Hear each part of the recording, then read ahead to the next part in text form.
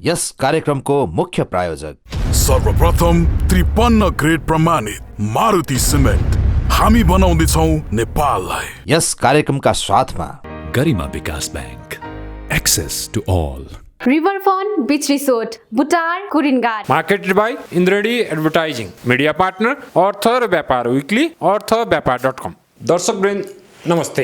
कार्यक्रम समृद्धि बहसमा यहाँहरूलाई हार्दिक स्वागत गर्दछु। म नवीन काफले। समग्र देश नै आर्थिक मन्दीमा फसिरहँदा नेपालको शेयर बजारमा देखिएको गिरावट पनि लगभग कायमै छ। उच्च ब्याज दर मात्रै होइन कि शेयर बजारमा सप्लाईतर्फ भएको बढोत्तरी र मागतर्फ सम्बन्धित निकायले माग वृद्धिका योजनाहरू ल्याउन नसक्दा बजार बढ्न नसकेको जानकारहरू बताउँछन्।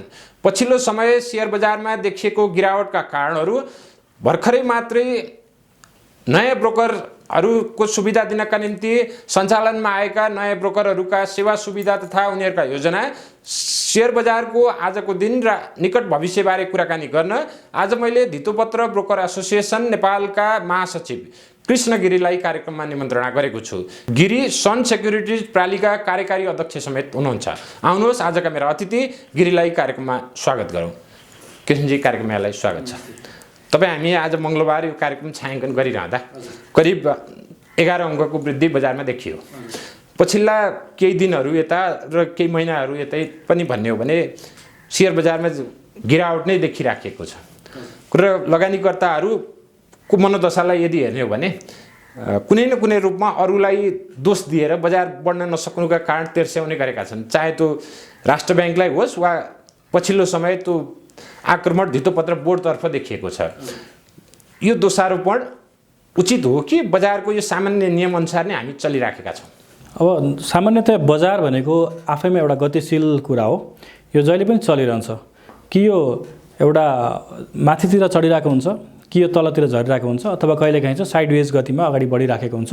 बजार निरन्तर चलिरहन्छ र अब हाम्रो बजार अलिकति पछाडि फर्केर हेर्ने हो भने कोभिड पछाडि चाहिँ हाम्रो बजार निरन्तर उकालो दिशामा रहेको परिस्थितिमा नियामक निकायहरूबाट पटक पटक बजारलाई केन्द्रबिन्दुमा राखेर नीतिहरू बारम्बार परिवर्तन गरिदिँदाखेरि चाहिँ लगानीकर्ताहरूमा एक खालको यो बजारप्रति थोरै अविश्वास सिर्जना हुँदै गएको अवस्थाहरू र अर्को चाहिँ यी नीतिहरूमा गरिएको परिवर्तनले लगानीकर्ताहरूको आत्मविश्वासमा चाहिँ कमी आउँदाखेरि बिस्तारै बजारबाट बाहिरिने क्रम अलिकति बढेको र त्यसको निरन्तरताकै कारणले गर्दाखेरि बजारमा हामीले निरन्तर रूपमा एउटा लामो लगभग 2-2.5 वर्षदेखि बियरिस अवस्थाहरू देख्दै आइरहेका छौँ।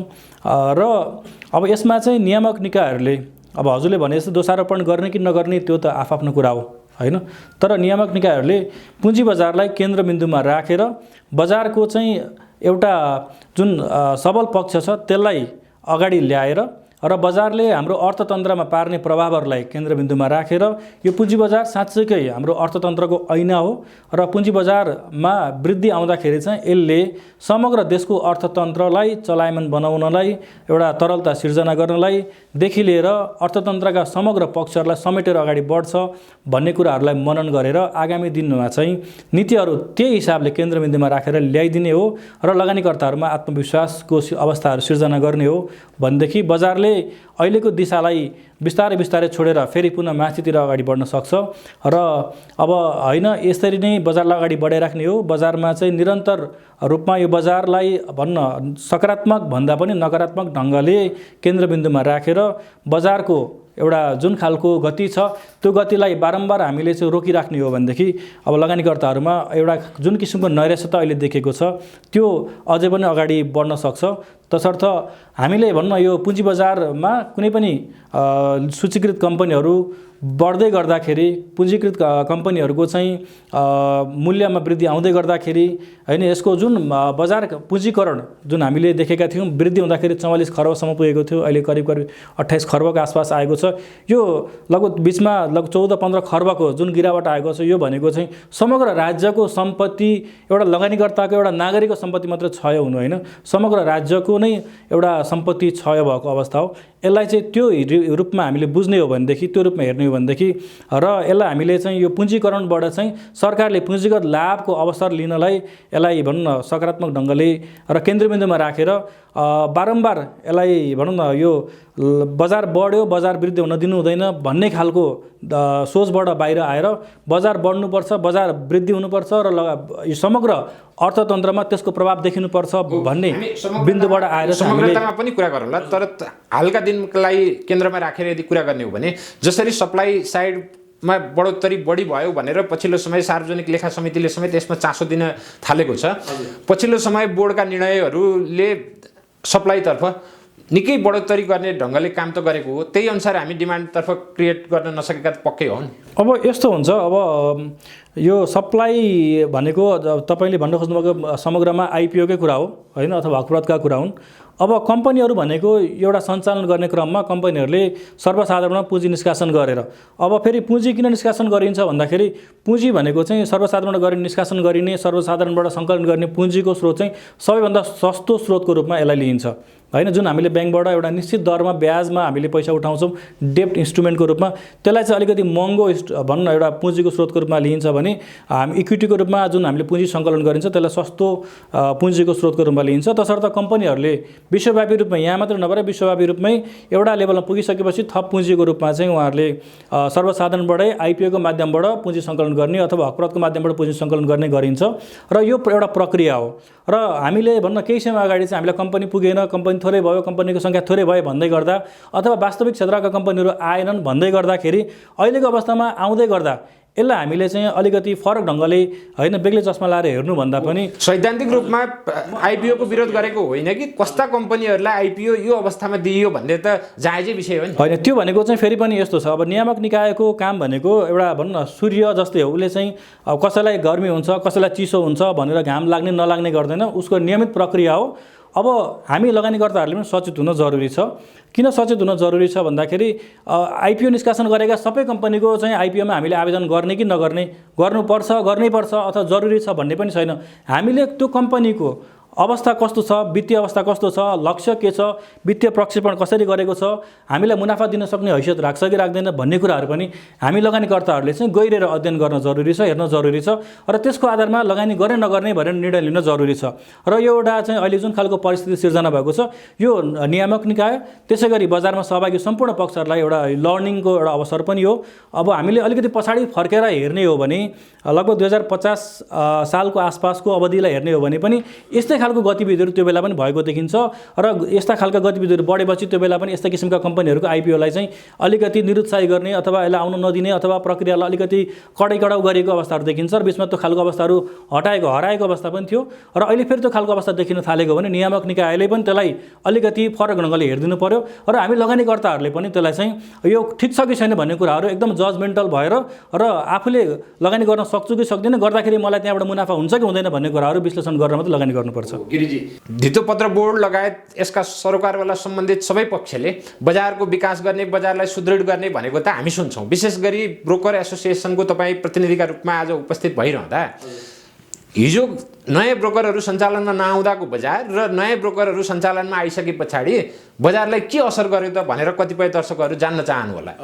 तपाईँहरूको उपस्थितिले चाहिँ बजारलाई के असर गर्यो त? अब ठ्याक्कै यही असर गर्यो भनेर अहिले देखिहाल्ने अवस्था छैन, किनभने हामी भर्खरै आउँदैछौँ। बजारमा आउँदै गर्दाखेरि बजार एउटा बियरिसको मोमेन्टममा छ र हामी आउने बित्तिकै भनौँ हामीले चाहिँ कार्यक्षेत्र थप नयाँ लिएर आउने अथवा अलिकति भनौँ न अब अगाडि बढेर खुलेर काम गर्ने अवस्थाहरू बनिहालेको अवस्था चाहिँ छैन होइन। किनभने जबसम्म नियामक निकायले हामीले गर्ने कार्यक्षेत्रमा आफ्नो हिसाबले काम गर्ने सुविधाहरू हामीलाई प्रदान गर्दैन, हामी तोकेको दायराभित्र काम गर्नुपर्छ र तोकेको दायराभित्र बसेर हामीले चाहिँ नियामकीय नियमहरू पालना गरेर अगाडि बढ्दै गर्दाखेरि चाहिँ पुरानोको पनि त्यही दायरा हाम्रो पनि त्यही दायरा हुने हो भने त्यति धेरै फरक पृष्ठभूमि नदेखिन सक्छ।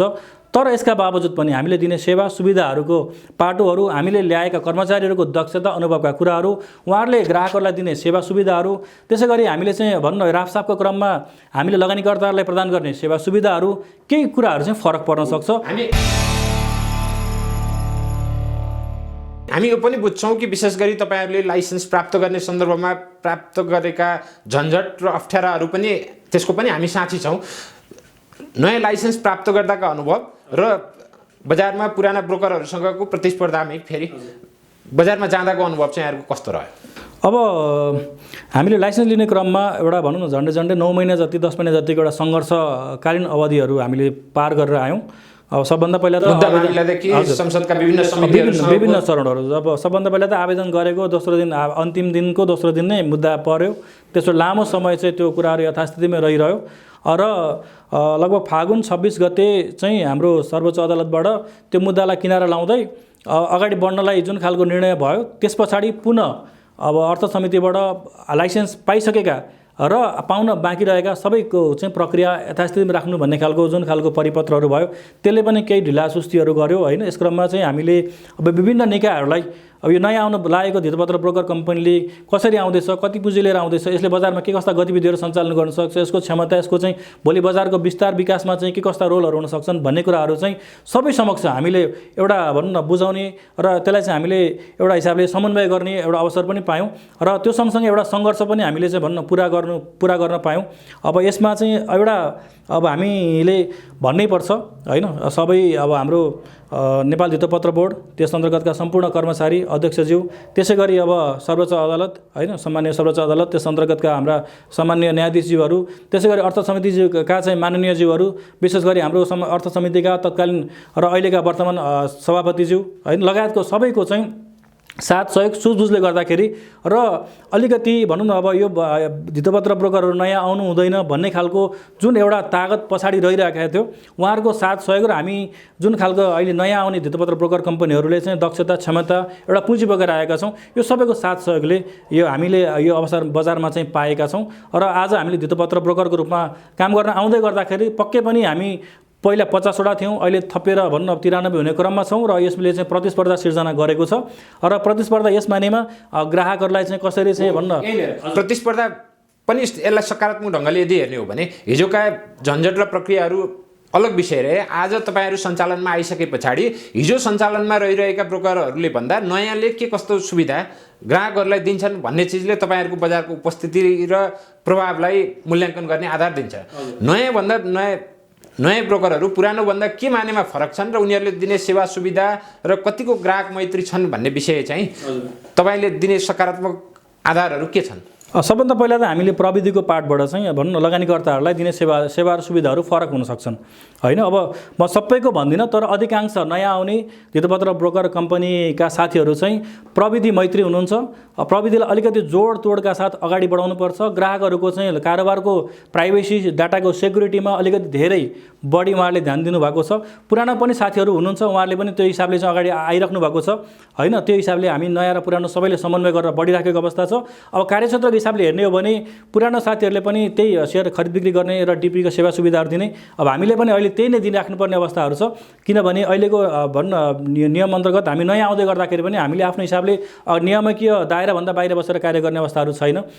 त्यसबाहेक पनि भनौँ न अब अलिकति हाम्रो चाहिँ प्रोग्रेसिभ भन्दा पनि थोरै यसलाई चाहिँ अलिकति नियमभित्र के छ त्यो दायराभित्र के छ भन्ने कुराहरू हेरेर काम गर्ने परिस्थिति भएकोले गर्दाखेरि अब त्यति धेरै भिन्नता त नआउला, तर साना साना कुराहरूले पनि ग्राहकहरूलाई चाहिँ फरक पर्छ। तर भन्नेहरू के भन्छन् भने नयाँ खुलेका ब्रोकरहरूले पनि नयाँ किसिमका ग्राहकहरूलाई बजारमा ल्याउनेतिर ध्यान दिनुभन्दा पुराना ब्रोकरका ग्राहकहरू तान्नेतिर मात्रै ध्यान दिए भन्छन्। यस्तो छ, अब हामीसँग भनौँ न अब हामीले चाहिँ यो डिपी खोल्ने ग्राहकहरू 50-60 लाख पुगे भन्दै गर्दाखेरि पनि सेकेन्डरी मार्केटमा झन्डै 20 लाख चाहिँ आइसकेको अवस्था छ भन्ने सुनिन्छ होइन।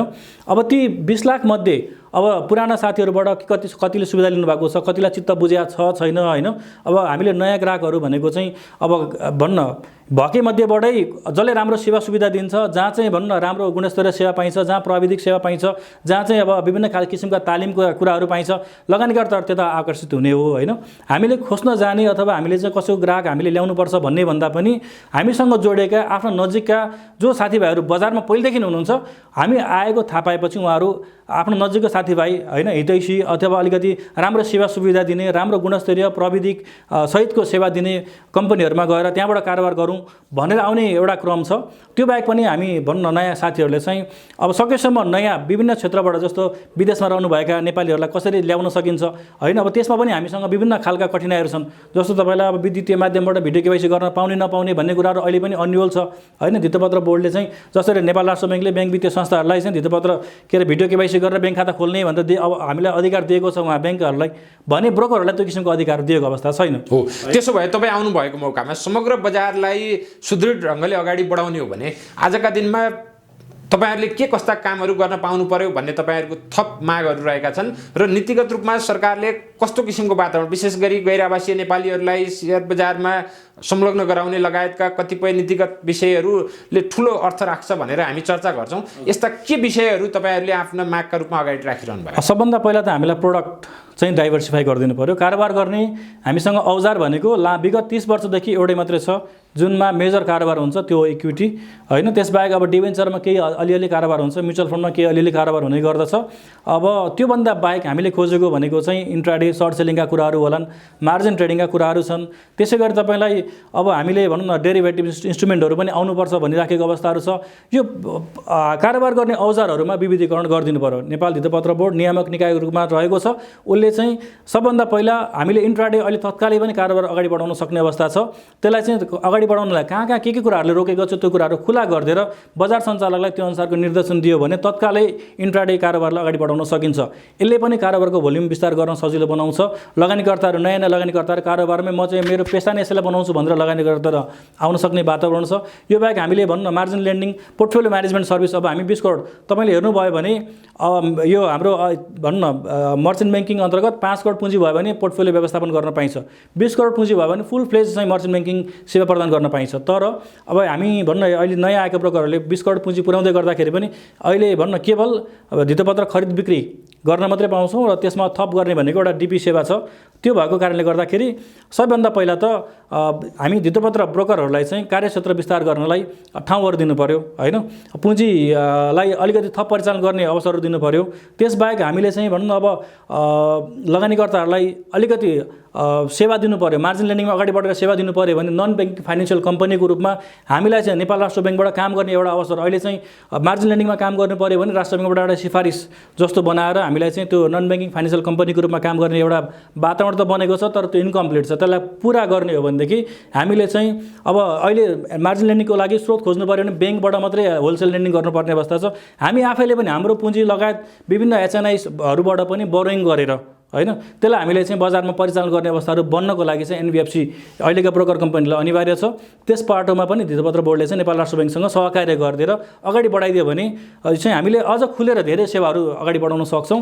भन्नेहरू के पनि भन्छन् भने हुन त तपाईँहरू भर्खरै लाइसेन्स प्राप्त गरेर सेवा सुचारू गर्नुभएको मात्रै पनि छ, तर नेपालमा वाणिज्य ब्याङ्कहरूदेखि अन्य जति मात्रामा ब्रोकरहरू सञ्चालनमा आएका छन्, ब्रोकरहरू यही अवस्थामा अब प्रतिस्पर्धी भएर काम गर्न सक्दैनन्। छिट्टै फेरि ब्रोकरहरूकै मर्जको अथवा अन्य कुनै अवधारणामा जानुपर्छ। भएको सञ्चालनमा आएका सबै ब्रोकरहरूले सही सल्लाहमा ढङ्गले कार्य अगाडि बढाउनै सक्दैन पनि भन्ने कतिपयको आशंका छ। त्यो अब काम गर्दै जाँदाखेरि होइन अब यो भोलिका दिनमा देखिने कुरा हो। अहिले आजै नै यस्तै हुन्छ भनेर हामीले अनुमान मात्रै गर्ने हो होइन। अब यो काम गर्दै जाँदाखेरि अब आएका सबै धितोपत्र ब्रोकरहरूले सोही ढङ्गले बराबरी एउटै लेभलमा काम गर्लान् नगर्लान्। अब नगरेको खण्डमा कतिपयलाई चाहिँ सस्टेन गर्न गाह्रो भयो भने त्यो बेलामा चाहिँ मर्जरका कुराहरू पनि आउलान्, एक्विजिसनका कुराहरू पनि आउलान्। यो भनेको चाहिँ समयअनुसार र कहिलेकाहीँ चाहिँ आवश्यकताले, कहिलेकाहीँ चाहिँ भन्नु अब यो नीतिगत व्यवस्थाले चाहिँ हुने कुराहरू हो। त्यसलाई अहिले हामीले यही हुन्छ भनिहाल्ने अवस्था छैन। हामीले अहिले चाहिँ खालि अनुमान मात्रै गर्न सक्छौँ। प्रविधिको विषयमा पनि धेरैको गुनासो रहने गर्छ। तपाईँले पनि प्रविधिको सुदृढीकरणका विषय हामीसँगको कुराकानीमा राख्न खोज्नु भएको छ। चाहिएको बेलामा कामै नगर्ने र ग्राहकलाई आवश्यक परेको बेलामा सहयोगै नगर्ने किसिमको प्रविधि लिएर हामी हिँडिराखेका छौँ र यसबाट अर्को फड्को मार्ने हिसाबको सुदृढ किसिमको प्रविधि ल्याउनुपर्छ भन्ने विषयमा पनि बरु पुराना ब्रोकरहरू अगाडि देखिए, नयाँ ब्रोकरहरू अगाडि बढ्न सकेनन् भन्छन्। होइन, त्यो पाटोमा चाहिँ म सबभन्दा पहिला म यो पाटोमा निकै लामो समयदेखि यो ब्रोकरको रूपमा आउनुभन्दा अगाडिदेखि नै संलग्न भएर काम गर्दै आएको भएकोले गर्दाखेरि हाम्रो जुन खालको नीति हामीले एपिआई पोलिसी अन्तर्गत बाँधेर लिएर आयौँ त्यो पोलिसी काहीँ न काहीँ एउटा चाहिँ हाम्रो यो बाधक पनि हो नयाँ प्रविधिलाई लिएर आउनलाई। त्यहाँ के भनिएको छ भन्दाखेरि एउटा ब्रोकरले नयाँ प्रविधि ल्याउनु पऱ्यो भने त्यो प्रविधि चाहिँ 10वटा ब्रोकर भए ठाउँ चलेको हुनुपर्छ हैन। त्यस पछाडि तिनीहरूले सिफारिस गरेको हुनु पर्यो। अनि त्यसको चाहिँ औसतमा कारोबार 7.5 करोड हुनुपर्छ 3 वर्षभित्रमा। त्यसबाहेक अब नेपालमा त्यसको लोकल पार्टनर जसले चाहिँ सपोर्ट गर्ने हो नेपालमा त्यो कम्पनीको पुँजी 1 करोड हुनु पर्यो, त्यसले 3 वर्ष चाहिँ फाइनेन्सियल सेक्टरमा काम गरेको हुनु पर्यो भन्ने व्यवस्था राखिएको छ हैन। तर त्योभन्दा अगाडि चाहिँ यो व्यवस्था कस्तो थियो भन्दाखेरि र अन्तर्राष्ट्रिय व्यवस्था पनि कस्तो हुन्छ भन्दाखेरि यस्तो खालको जसले चाहिँ ब्रोकरलाई टेक्नोलोजी दिन्छ त्यस्तो कम्पनीले कसरी काम गर्छन् अन्तर्राष्ट्रिय स्तरमा। इभन हामीले छिमेकी देश भारतको उदाहरण दिने गर्छौँ। त्यहाँ कसरी गरिन्छ भन्दाखेरि सबभन्दा पहिला चाहिँ त्यस्ता खालका प्रविधि विकास गर्ने कम्पनीहरूले एक्सचेन्जमा आएर मेरो यस्तो यस्तो किसिमको प्रविधि छ, त्यो प्रविधि चाहिँ म तपाईँहरूको ब्रोकरहरूलाई बेच्न चाहन्छु, म तपाईँहरूको भेन्डर लिस्टमा समावेश हुन चाहन्छु भनेर आवेदन दिन्छन्। त्यो आवेदन दिए पछाडि एक्सचेन्जले त्यो प्रविधि ठिक छ कि छैन भनेर त्यसका सबै डकुमेन्टेसनहरू माग गर्छ। माग गरिसके पछाडि र त्यो ठिक छ भन्ने लागेमा अनि त्यसको चाहिँ सिस्टम अडिट गरिन्छ, त्यसलाई त्यसको चाहिँ मक ट्रेडिङहरू गरिन्छ। सबै कुराहरू गरिसके पछाडि ल सबै कुराहरू ठिक छ जायज छ भनिसके पछाडि चाहिँ त्यसलाई भेन्डर लिस्टमा इम्पानेलमेन्ट गरिन्छ र त्यो इम्पानेलमेन्ट भएका मध्येबाट हामी ब्रोकरले गरेर चाहिँ प्रविधि छनौट गर्ने हो। तर यहाँ त्यो नभएर त्यो भनेको चाहिँ हामी एज अ ब्रोकरलाई धेरै सजिलो हैन, किनभने पहिला सबै कुरा एक्सचेन्जले गरिदिइसकेका हुन्छ र बल्ल हामी ब्रोकरले चाहिँ छनौट गर्ने हो त्यो उपलब्ध भएमध्येबाट। र मलाई कुनै प्रविधि नयाँ ल्याउनु पऱ्यो भने मैले त्यही प्रक्रियाबाट त्यो आइटी कम्पनीलाई नै त्यहाँ अब पहिला चाहिँ नेप्सेमा अथवा हाम्रो बजारमा आएर लिस्ट हो अनि त्यसबाट म छनौट गर्छु भन्ने हो।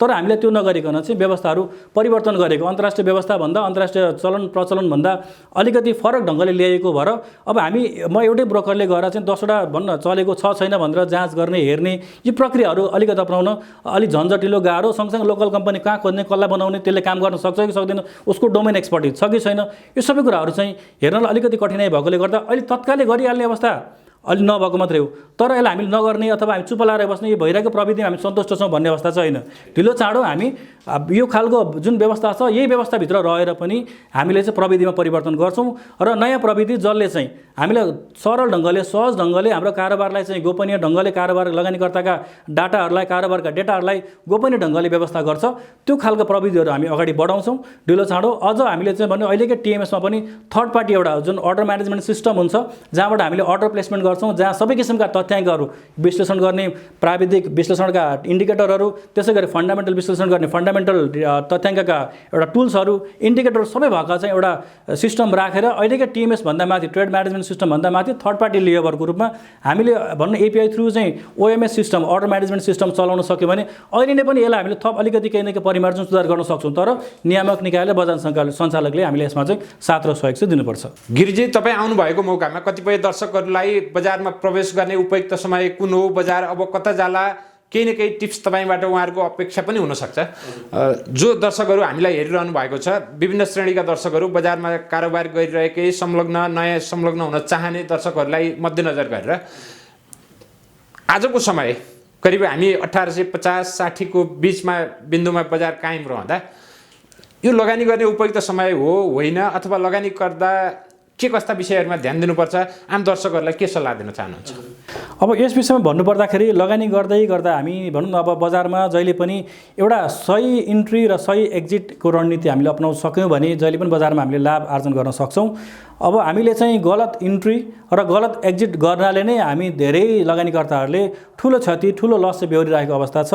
अब तपाईँले भने जस्तै बजारमा अहिले इन्ट्रीको समय हो कि होइन भन्ने कुरा ठ्याक्कै यकिन गर्ने अवस्था त होइन, तर पनि हामी लगानी गरेर अगाडि बढ्ने हो भनेदेखि बजारमा यसै गरी नै गिरावट आइरहेको बेला सबैजना ठुल्ठुला लगानीकर्तादेखि साना साना लगानीकर्ताहरू सबैजना डराइरहेको बेलामा चाहिँ अब बजारप्रति त्रास मानिरहेको बेलामा हामीले आफूसँग भएको लगानीयोग्य रकमलाई विभिन्न श्रृङ्खलामा बजार जति घट्दै जान्छ तपाईँले किन्ने एकैचोटि होइन, बजारमा सबभन्दा पहिला आफ्नो 20%, 25%, 30%सम्म चाहिँ आफ्नो लगानीयोग्य रकमलाई लगानी गर्ने, त्योभन्दा अझ तल आयो भने अर्को 20 देखि 30%सम्म थप लगानी गर्ने र केही समय कुर्ने, बजारमा अझ अर्को बटम भेटिन्छ भने अरू 10-15%, यसरी तपाईँले आफ्नो चाहिँ लगानीको जुन कस्ट छ त्यसलाई बारम्बार कम गर्दै जान सक्नुहुन्छ।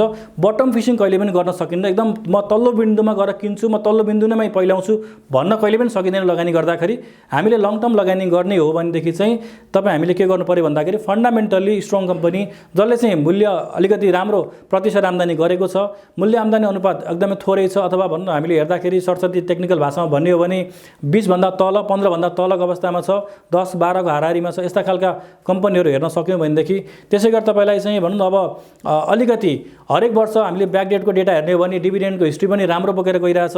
अलिकति तपाईँलाई ग्राहकहरू जसले सेवा अथवा सुविधा अथवा प्रोडक्टहरू चाहिँ बेचिराखेको छ, ग्राहकहरूले त्यो कम्पनीको प्रोडक्टप्रति सर्भिसप्रति चाहिँ विश्वास गरिरहेको अवस्था छ भनेदेखि त्यस्ता कम्पनीहरूलाई हामीले दीर्घकालीन अवस्थाको लागि लगानी गर्ने हो भने अहिले हामीले लगानी गर्दै जान सक्छौँ। एकैचोटि लगानी गर्ने तपाईँले दीर्घकालीन भन्ने शब्द प्रयोग गरिरहँदा पछिल्लो समय त के भयो भने यो बजारमा दीर्घकालीन किसिमका लगानीकर्ताहरू नै भएनन्, सबै ट्रेडर भए, अथवा मान्छेमा भ्रम कस्तो भयो भने लगानी गरेपछि बजार बढी नै मात्रै रहनुपर्छ। सामान्य मानिस लगानीकर्तादेखि ठुला यस्ता लगानीकर्ताका सङ्घ संस्था हाँक्नेहरूमा समेत बजार सधैँ बढिरहनुपर्छ भन्ने मानसिकताले काम गरे जस्तो देखिन्छ। यो सामान्य प्रक्रियालाई पनि स्वीकार नसकेको कि के भएको? होइन, यस्तो छ, तपाईँले भने जस्तो भनौँ न, अब यो हामी कहाँ एकै किसिमका लगानीकर्ताहरू छन्। लगानीकर्ता मल्टिपल डाइभर्सिफाइड लगानीकर्ताहरू हुनुहुन्छ। केही लगानीकर्ताहरू हुनुहुन्छ मैले अहिले भने जस्तो दीर्घकालको लागि लगानी गर्ने, बजार आफ्नो हाइटमा पुगेपछि आफ्नो एउटा बिन्दुमा जुन हामीले अपेक्षा गरेका छौँ त्यो बिन्दुमा पुगेपछि त्यहाँबाट बजारबाट निस्किएर त्यो पैसालाई अर्को ठाउँमा लगानी गर्ने, त्यहाँबाट प्रतिफल खाने, फेरि बजार यसरी तल आउँदाखेरि लगानी गर्ने लगानीकर्ताहरू पनि हुनुहुन्छ। अर्का केही लगानीकर्ताहरू तपाईँले भने जस्तो एकदम रेगुलर फ्रिक्वेन्टली ट्रेडिङ गर्ने लगानीकर्ताहरू पनि हुनुहुन्छ। अब फ्रिक्वेन्टली लगानी गर्ने लगानीकर्ताहरूको हकमा बजारमा भन्नु हामीले उतार चढाव नदेख्दाखेरि उहाँहरूले चाहिँ अपर्च्युनिटी कम पाइरहेको अवस्था हो। त्यस्तो अवस्थामा उहाँहरूले चाहिँ निरन्तर गुमाइराख्ने अवस्थाहरू बन्द छ। सो यस्तो अवस्थामा चाहिँ लगानीकर्ताहरूले बजार साइडवेज भएको बेलामा ट्रेडिङ गर्ने लगानीकर्ताहरूले सकेसम्म बजारलाई मुभमेन्ट क्रिएट हुन्छ कि हुँदैन, त्यो मुभमेन्टहरू हुने भोलाटिलिटी आउने अवस्थाहरू छ कि छैन भन्ने कुराहरू हेर्नुपर्ने हुन्छ। त्यही भएर हामीले इन्ट्राडे भनिराखेको हो। इन्ट्राडे भयो भने बजारले कहिले पनि यसरी फ्री फल हुन पाउँदैन। मैले बिहान बेचेको छु भने बेलुका आएर काहीँ न काहीँ मैले अर्डर सेटलमेन्ट गर्नको लागि त किन्नै पर्छ होइन। मैले बिहान किने भने अर्डर सेटलमेन्ट गर्नु पर्यो, इन्ट्राडे भने मैले त बेच्नै पर्छ बेलुका। सो बजार कहिले पनि एकरो माथि जाने, बजार कहिले पनि एकरो तल आउने हुँदैन। एउटा लेभलमा यसले आफैले आफैलाई ब्यालेन्स गर्छ। यसको लागि हामीलाई चाहिने भनेको अक्सन मार्केट, एउटा एडिसनल अक्सन मार्केट, त्यो चाहिँ रेगुलेटरले हामीलाई इस्टाब्लिस गरिदिने हो भने इन्ट्राडेलाई हामीले तत्कालै अगाडि बढाउन सक्ने अवस्था छ। यसले गर्दाखेरि चाहिँ ट्रेडरहरूलाई काहीँ न काहीँ फाइदा पुर्याउँछ भन्ने हो। र अन्त्यमा करिब मङ्सिरदेखि ब्याज दर घट्ने भन्ने विषय हालै मात्रै ब्याङ्कर्स एसोसिएसनका अध्यक्षले आफ्नो अभिव्यक्ति दिनुभएको छ।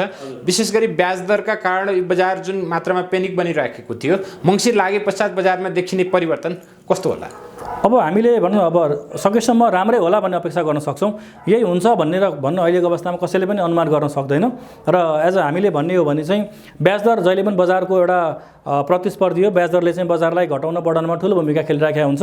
र यहाँहरूले भने जस्तै यदि पक्कै पनि ब्याज दर घटेर आइदियो भनेदेखि लगानीकर्ताहरूमा केही न केहीले चाहिँ राहत सिर्जना गर्छ। र अलिकति म ब्याङ्कबाटै ऋण लिएर पनि म लगानी गर्न आउँछु भन्ने लगानीकर्ताहरूलाई केही न केही सजिलो बनाउने भन्ने हामीले अपेक्षा गर्न सक्छौँ। र यसको कारणले चाहिँ बजारमा केही न केही अलिकति सकारात्मक हुनसक्छ कि भन्ने अपेक्षा चाहिँ गर्न सकिन्छ। तर त्यो मात्रै नभएर बजारमा समग्र अर्थतन्त्रको अवस्था कस्तो हुनेछ, ब्याङ्कहरूको चाहिँ भन्नु अब सेकेन्ड क्वार्टरमा गइसके पछाडि प्रतिवेदन कस्तो आउनेछ, त्यसै गरी अरू अन्य क्षेत्रका भन्नु अर्थतन्त्रका अन्य अवयवहरू कसरी अगाडि बढ्नेछन्, इन्सुरेन्सले चाहिँ कसरी हामीलाई चाहिँ भन्नु अब प्रिमियम कलेक्सनदेखि लिएर त्यसलाई चाहिँ भन्नु अब हाम्रो यो अन्य प्रिभियस इयरका प्रिमियमहरूलाई चाहिँ कसरी कलेक्सन गर्छ, यी सबै कुराहरूले चाहिँ समग्रमा अर्थतन्त्र के भइरहेछ भन्ने कुरालाई दर्शाउँछ। र लगानीकर्ताहरूले यी सबै कुराहरूलाई पनि हेरिराखेको अवस्था छ। त्यसले गर्दाखेरि ब्याज दर एउटा कम्पोनेन्ट मेजर फ्याक्टर हो। र सँगसँगै अरू कुराहरूमा पनि सकारात्मक भएर गएको अवस्थामा बजारमा हामीले सुधार हुन सक्ने अवस्थाहरू अनुमान गर्न सक्छौँ। तर यही हुन्छ, यही यस्तै दिन अगाडि बढ्छ भनिहाल्ने अवस्था चाहिँ छैन। गिरिजी, एकातिर सिङ्गो देश नै आर्थिक मन्दीको चपेटाबाट गुज्रिराखेको यो परिस्थितिमा यहाँले भन्नुभयो जस्तै कतिपय नीतिगत रूपमा गर्न सकिने सुधारहरू नियामकले आगामी दिनमा गर्न सकेको खण्डमा पक्कै पनि बजारले सकारात्मक दिशा हासिल गर्नेछ। र तपाईँहरू जस्ता ब्रोकर र यो क्षेत्रमा संलग्न पक्षहरूले पनि बजारको विकासमा आफ्नो क्षेत्रबाट सकारात्मक भूमिका आगामी दिनमा निर्वाह गर्दै जान सक्नुहोस्। र लगानीकर्ताहरू पनि थप जिम्मेवार र सुदृढ ढङ्गले बजारमा रहन सकुन्। नेपालको पुँजी बजारको आगामी दिनको उत्तरोत्तर प्रगतिको हामी कामना गरौँ। यहाँको महत्त्वपूर्ण समय र विचार हामीलाई दिनुभयो, हार्दिक धन्यवाद। नमस्ते।